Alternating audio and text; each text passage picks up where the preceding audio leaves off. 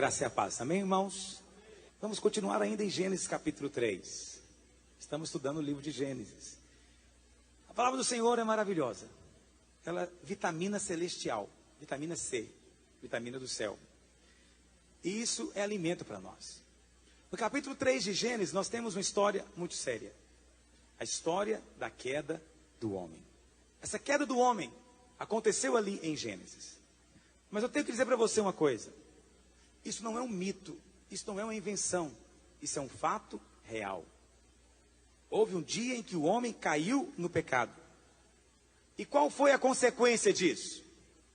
Não é? Alguém me perguntou aqui, pastor, a Bíblia não fala que a terra pertence ao diabo. De fato, a terra não pertence ao diabo, pertence a Deus. Quando Deus criou o homem, Deus deu ao homem essa terra. O Salmo 115 diz que os céus são os céus do Senhor, mas a terra deu a ele a quem? Aos filhos dos homens. Mas no dia em que Adão escolheu a árvore do conhecimento, no dia em que Adão escolheu o pecado, Adão tornou-se escravo de Satanás. Escravo. E funciona da seguinte maneira. O Júlio é meu escravo, certo? Ele tem um carro. De quem que é o carro dele? Meu. Ele não é meu escravo? Tudo que é dele agora é meu. É por isso que a Bíblia diz agora que o mundo inteiro jaz no maligno. Foi alta traição cometida. Quais foram as consequências dessa queda? Eu tenho que explicar para você. Você precisa de entender. A Bíblia fala lá em Romanos, no capítulo 5, verso 19, se você quiser ler. Romanos 5, 19. Porque como pela desobediência de um só homem, muitos se tornaram pecadores, assim também por meio da obediência de um só, muitos se tornarão justos. Por causa do pecado de um homem, a humanidade toda tornou-se pecadora. Vamos entender isso então. O que aconteceu com o homem? Nós sabemos que o homem é corpo, alma e espírito. Diga, todo homem é corpo, alma e espírito. O que aconteceu com o corpo do homem? O corpo do homem agora tornou-se, o que a Bíblia chama de carne. O seu corpo é um aliado do diabo agora. Por quê? Porque o diabo injetou nele um veneno. Qual que é o veneno que o diabo injetou? O veneno que ele injetou é a natureza do pecado. A natureza pecaminosa. O que é uma natureza? É aquilo que você faz involuntariamente. Aquilo que é próprio daquele ser fazer. Por exemplo, a natureza de cachorro faz com que o cachorro lata. Não é verdade? A natureza de gato faz o gato miar. Você não tem que ensinar ele a miar. Por quê? É a natureza dele. A mesma coisa acontece com o homem hoje. Tem que ensinar o homem a pecar, meus irmãos? Porque é da natureza dele. Tem que ensinar o homem. Pega uma criancinha, 2, 3 anos de idade. Tem que ensinar ela a bater no irmãozinho? Tem que ensinar ela a pegar o brinquedo do vizinho? Tem que ensinar ela a dar birra? Tem que ensinar ela a morder a mãe? Tem que ensinar, meus irmãos? Por que não tem que ensinar? Porque é da natureza pecaminosa. Deus não criou o homem assim. Tornou-se assim. Agora o homem tem que aprender as outras coisas, porque essa ele já nasce sabendo, é inato. Então o nosso corpo tornou-se carne. Então diga, o meu corpo tornou-se a carne. Diga, na queda, foi injetada dentro do homem o veneno da serpente, que é a natureza do pecado. Bom, e na nossa alma? A Bíblia fala que a nossa alma tornou-se o ego, tornou-se o centro, e o homem tornou-se egoísta e egocêntrico. Tudo agora é em função dele mesmo, do seu prazer e da sua vontade. E isso foi consequência do pecado. E no espírito do homem? O espírito do homem morreu para Deus. Porque Deus disse, no dia que você comer, Adão, você morre. Mas Adão morreu na hora que ele comeu, meus irmãos? Não morreu. Mas Deus disse que ele ia morrer. Deus mente? Então, a morte que Deus estava falando ali, era a morte física de imediato? Não, a morte era espiritual. A morte entrou dentro do homem. Deus não criou o homem para morrer. Por isso nós nunca nos acostumamos com a morte. Desde que o mundo é mundo, as pessoas nascem e morrem. Mas alguém se acostuma com isso? Nunca nos acostumamos, sabe por quê? Porque você não foi criado para a morte. O ser humano não foi feito para a morte, foi feito para a vida. Agora, o espírito do homem morreu, mas morreu para Deus. Por quê? Porque o espírito do homem, ele é como um rádio, entendeu? Um rádio que sintoniza. O nosso espírito sintoniza o quê? A voz de Deus. Deus fala no nosso ouvido? Deus fala na nossa mente? Não. Deus fala no nosso espírito, no nosso coração. O homem que não se converteu ainda, ele tem espírito, mas o espírito dele está morto para com Deus. Pastor, o que é morte? Morte não significa aniquilamento, deixar de existir. Morte é separação. Por exemplo, alguém que morreu hoje, ele deixou de existir? Não, mas está separado de nós. Não podemos ter contato com ele. Para nós, ele morreu. Assim aconteceu entre o homem e Deus. No dia que o homem pecou, surgiu um abismo de separação entre Deus e o homem. É como se o espírito dele, que antes era um rádio que podia sintonizar, agora é um rádio quebrado. Não sintoniza mais a Deus. Sintoniza outros espíritos, mas não sintoniza Deus. Ele é capaz de psicografar, ele é capaz de invocar entidades, até de incorporar, mas não é capaz de conversar mais com Deus. A não ser que Deus venha em socorro dele e coloque um espírito novo dentro dele. Pastor, e a nossa carne? Significa que o diabo agora habita na minha carne? Não. O diabo não habita na sua carne, mas na sua carne não habita bem nenhum, diz a Bíblia. Romanos capítulo 7. Por quê? A sua carne é uma aliada do diabo. Veja, algumas pessoas falam assim: pastor, na minha casa não tem demônio, o diabo não entra lá. Eu de fato acredito. Alguém pode dizer assim: como é possível, gente? Eu estou orando, louvando a Deus, e veio pensamentos ruins na minha mente. Não é possível que tinha um demônio ali perto de mim e eu orando. De fato, eu não creio que tem demônios perto de você quando você está orando. Não creio que o diabo chega perto de você quando você está orando. Aliás, não creio que o diabo consegue chegar muito perto de você, porque a Bíblia fala que tem anjos ao seu redor. Amém? Os irmãos creem nisso? Mas acontece que a sua carne, ela é um aliado do diabo. A sua carne, ela é um dispositivo também, que o diabo aciona à distância. Entendeu? É como se a sua carne fosse um rádio. Você está lá orando, louvando a Deus, e o diabo está lá tentando acionar.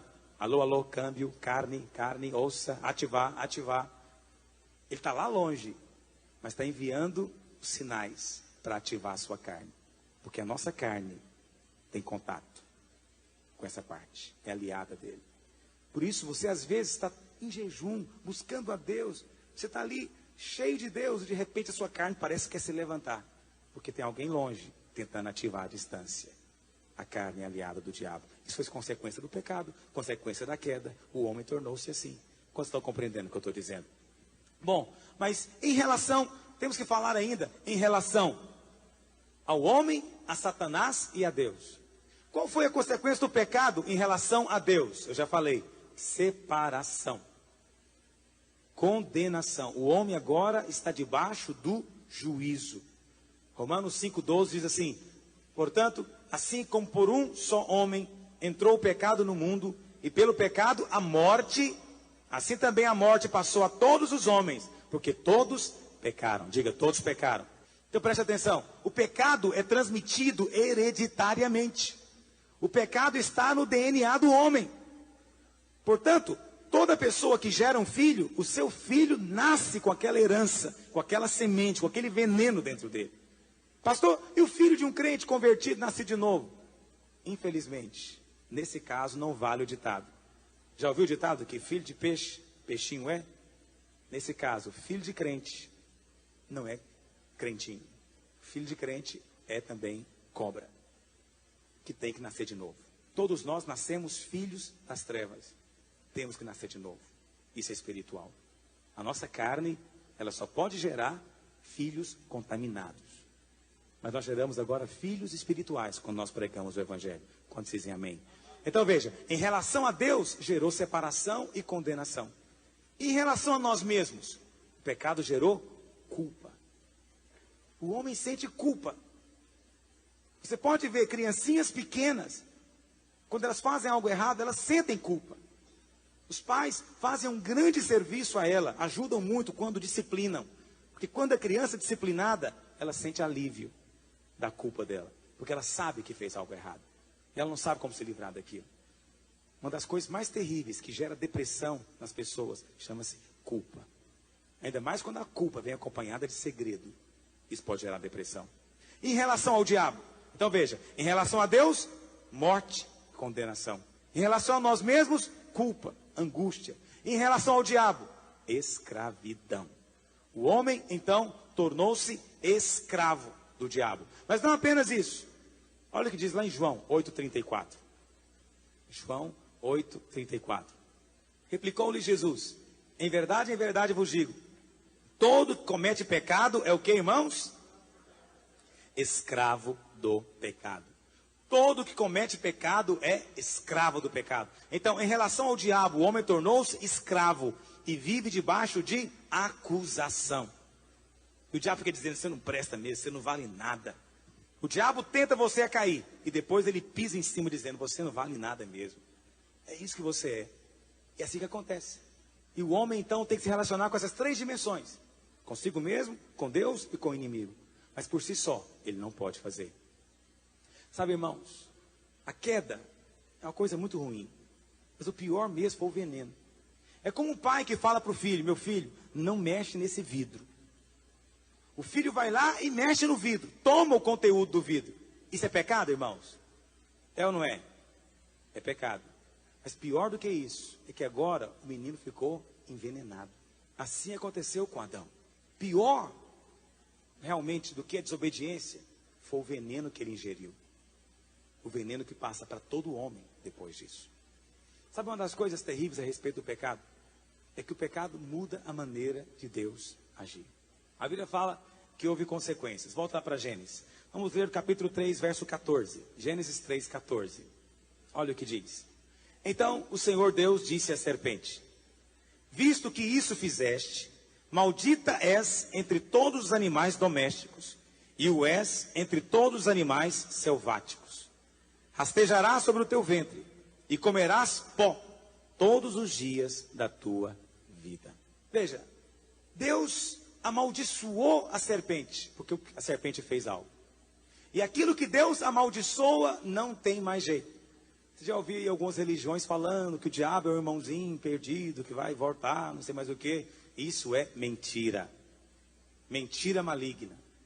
Não há salvação para esse espírito, para Satanás. Por quê?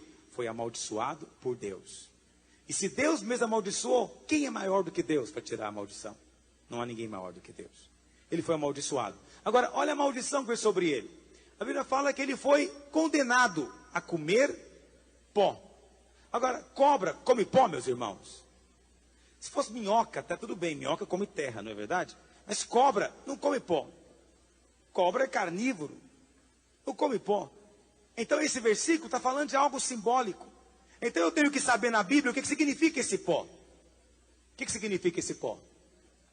Quem foi feito do pó da terra? Mas qual parte do homem?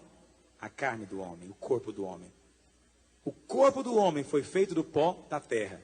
Mas depois do pecado, o corpo tornou-se o que? Eu falei para você? Carne. Então qual que é o alimento da serpente? Carne. Todas as vezes que há pecado na sua vida, tem um demônio junto. É por isso que Jesus certa vez disse: aí vem o príncipe deste mundo e ele nada tem em mim. No original diz: ele não tem comida em mim. Não tem comida para ele em mim. Por quê? Porque não havia carne pecaminosa na vida de Jesus. Agora preste atenção. O diabo não é assim. Demônios se alimentam de pecados. Demônios é o princípio do vampiro. Eles vivem de tirar vida, de sugar a vida das pessoas. E a vida da qual ele vive é onde tem desejo, paixão, pecado. É aí que os demônios se alimentam. E é assim que funciona. Vou te dar um exemplo. Me entenda, é só uma ilustração. Então, a primeira vez que o Júlio pegou o gole de pinga, foi curiosidade. Ele sentiu o cheiro, viu alguém tomando, falou: mas que gosto será que tem esse trem? Por que será que o pessoal gosta tanto disso? A primeira vez foi curiosidade. Não teve nada envolvido. Nem carne, nem demônio, nem nada. Foi ele que quis provar. Depois de algum tempo, na segunda vez, ele lembrou do gosto. E o diabo tentou ele. Falou, você não gostou? Por que você não bebe mais? E ele sentiu o desejo de beber. Aí já não é mais curiosidade, já é carne. A carne dele quer aquilo, porque é gostoso. Na terceira vez, já não é mais carne. Já é demônio. Ele não consegue sair mais. Ficou escravo. Presta atenção, não é que são 3 vezes. É um processo. Entenda o que eu estou dizendo, é simbólico. No começo, é só diversão, curiosidade. Depois passa a ser desejo, vontade. Por fim, vira escravidão maligna na sua vida, você não consegue sair mais. Aí tem um demônio envolvido. Aí, para você ser livre, vou ter que repreender o demônio de alcoolismo na sua vida. Senão você não vai sair, porque você tornou-se escravo. É assim que o inimigo faz, se alimentando de quê? Da carne. Ele foi se alimentando na sua vida até que ele ficou forte. Tem pessoas que são escravas de diversos tipos de pecados. Por quê? Porque no decorrer dos anos foram alimentando demônios. Agora não consegue largar. Demônios ficaram fortes na vida dela. Robustos, bem alimentados. Então alguns alimentam demônios de ira, alguns alimentam demônios de ódio, alguns alimentam demônios de sensualidade, sexo, alguns alimentam demônios de vícios. Mas tudo isso são demônios que estão sendo alimentados, que ele se alimenta disso. E é interessante que você vai lá em Apocalipse, no capítulo 12, você vai encontrar algo interessante. Aqui nós estamos em Gênesis. Lá em Gênesis é só a serpente. Mas lá em Apocalipse, no final de tudo, a Bíblia fala que Satanás já não é mais uma serpente. Ele agora é chamado de dragão. E olha o que diz. Apocalipse, capítulo 12. Olha o que diz, verso 9. E foi expulso, acharam Apocalipse 12, 9? No final da sua Bíblia. Olha o que diz. E foi expulso o grande dragão. Diga, grande dragão. Agora, quem é esse grande dragão? O que diz aí? A antiga. Então veja, lá em Gênesis era só uma serpente. Lá em Apocalipse virou o quê? Um grande dragão. Por que transformou? Porque no decorrer dos séculos deram muita comida para ele. Teve muito pó da carne para ele se alimentar. E isso é que é sério a respeito do pecado. Todavia, Deus amou o homem e providenciou um meio para esse homem sair dessa situação. Volta lá para Gênesis. E nós temos no versículo 15 a primeira profecia da Bíblia. E essa primeira profecia foi dita pelo próprio Deus. Olha o que diz, Gênesis 3,15. Porém, inimizade entre ti e a mulher. Aqui Deus mesmo está falando para o diabo. É uma profecia. Porém, inimizade entre ti e a mulher. Entre a tua descendência e o seu descendente, no singular. Este te ferirá a cabeça e tu lhe ferirás o calcanhar. Essa é a primeira profecia e a mais importante da Bíblia. Porque ela diz tudo em poucas palavras. Vamos ver cada parte da profecia? Primeiro, olha o que diz. Porém, inimizade entre ti. Esse ti aqui é Satanás. Entre ti e a mulher. Quem que é a mulher? Em primeiro lugar, a mulher é Eva. Em segundo lugar, a mulher são todas as mulheres. Deus tem um propósito grande na vida das mulheres. As mulheres são peças-chave no mover de Deus. Numa nação onde as mulheres são fiéis a Deus, tementes a Deus, a nação prospera. Numa nação onde as mulheres querem ser modernistas e modernosas e abrem mão dos padrões, a nação se corrompe. É a mulher que é a guardiã dos valores morais. É a mulher que passa geração para outra esses valores. Por isso, é a mulher que o diabo procura atacar primeiro. Com toda essa época que nós vivemos hoje, de direitos da mulher, você pode ter certeza, quem sofre mais é a mulher. Ela que sofre mais com os divórcios, com as separações, com tudo que acontece, em nome do tal da igualdade. O diabo quer destruir a mulher. Mas veja, a mulher também é simbólica. A mulher aqui aponta para Maria, aquela que viria dar a luz a Jesus. Mas em última análise, essa mulher aponta para a igreja. Deus disse, eu vou colocar inimizade entre você e a mulher. A mulher é a noiva, lá de Apocalipse.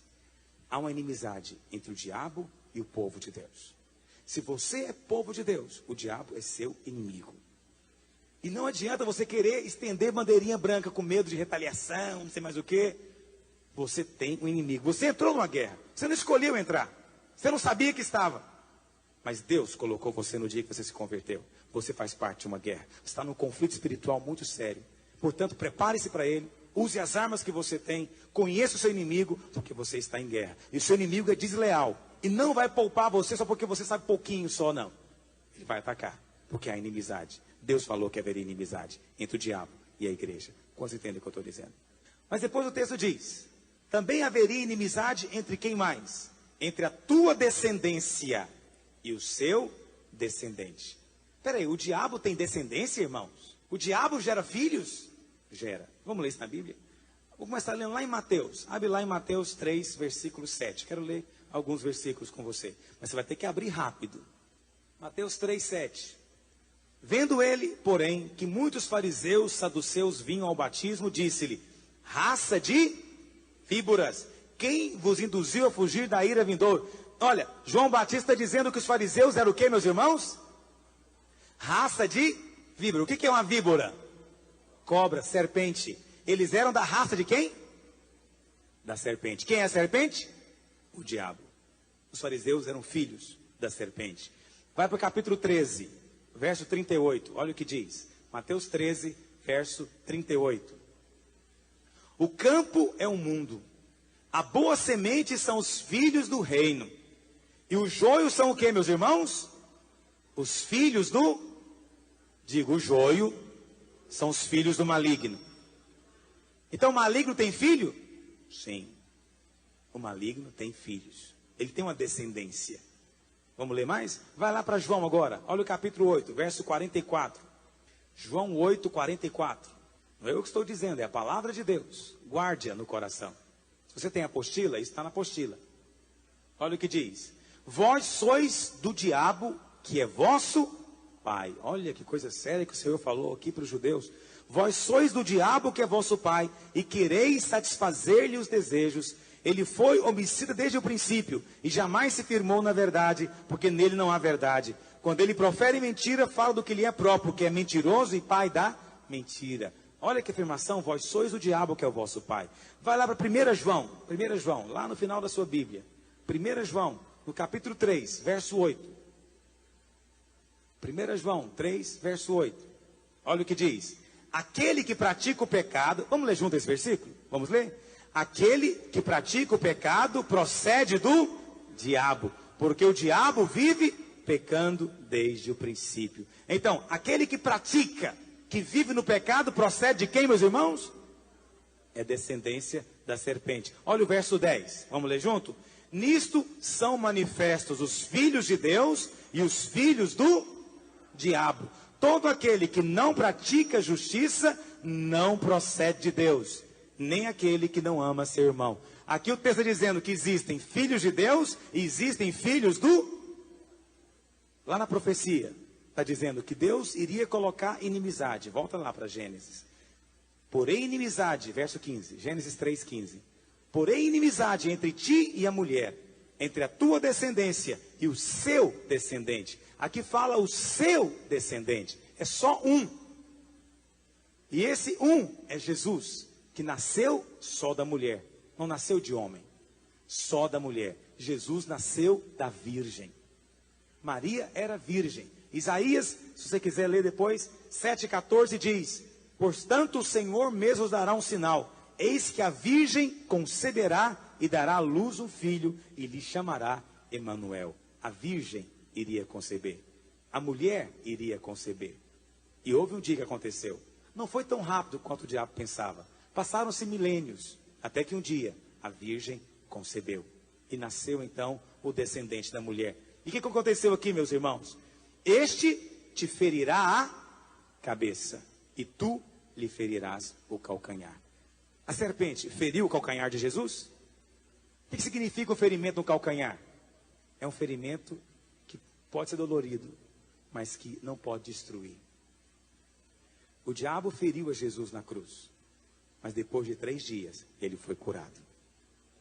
Agora, a respeito da serpente, diz que o descendente da mulher iria esmagar a cabeça da serpente. Lá na cruz, o Senhor Jesus esmagou a cabeça do diabo. Aquilo que Deus disse que faria, se cumpriu. Houve um dia em que Deus se fez homem em Cristo Jesus. Houve um dia em que este homem, nascido da Virgem, o Filho de Deus, subiu na cruz. O diabo achou que o estava derrotando, mas engano dele, estava ferindo só o calcanhar. Mas esse pé, com o calcanhar ferido, é que pôde esmagar a cabeça da serpente. O diabo está derrotado hoje. Agora preste atenção. Nós somos hoje o corpo do Senhor Jesus. A Bíblia fala que a igreja é o seu corpo. Quem é o cabeça? Cristo. Quem é o corpo? A igreja. O pé está no corpo. Então o diabo, na verdade, vai ser esmagado debaixo dos seus pés. Lá na cruz, legalmente, Jesus já venceu. Mas para encerrar, eu quero que você leia comigo, lá em Romanos, capítulo 16. Romanos está no Novo Testamento. Romanos, capítulo 16, verso 20. Vamos ler, vamos ficar de pé? Vamos ler de pé? Romanos 16, 20. Quero que todos leiam comigo, mas leia forte. Vamos lá? Romanos 16, 20. Acharam? Vamos lá então? E o Deus da paz, em breve, esmagará debaixo dos vossos pés. Vamos dizer de novo? E o Deus, em breve, esmagará debaixo dos vossos pés a Satanás. Digo, o Deus da paz vai esmagar debaixo dos meus pés a Satanás. Em nome dele. Amém? Põe sua mão assim para baixo. Declara que toda obra do diabo forjada contra você, você agora sujeita debaixo dos seus pés no nome de Jesus. Você não tem que aceitar nenhum tipo de opressão, nenhum tipo de seta, nenhum tipo de ataque. Você tem autoridade, porque Deus decretou que nós iríamos esmagar a cabeça da serpente. E fazemos isso no nome de Jesus. Deus poderoso, dá-nos revelação para compreendermos a autoridade que o Senhor já nos deu. Dá-nos, ó Deus, caminhar com base nessa posição de fé e autoridade no nome de Jesus. Amém?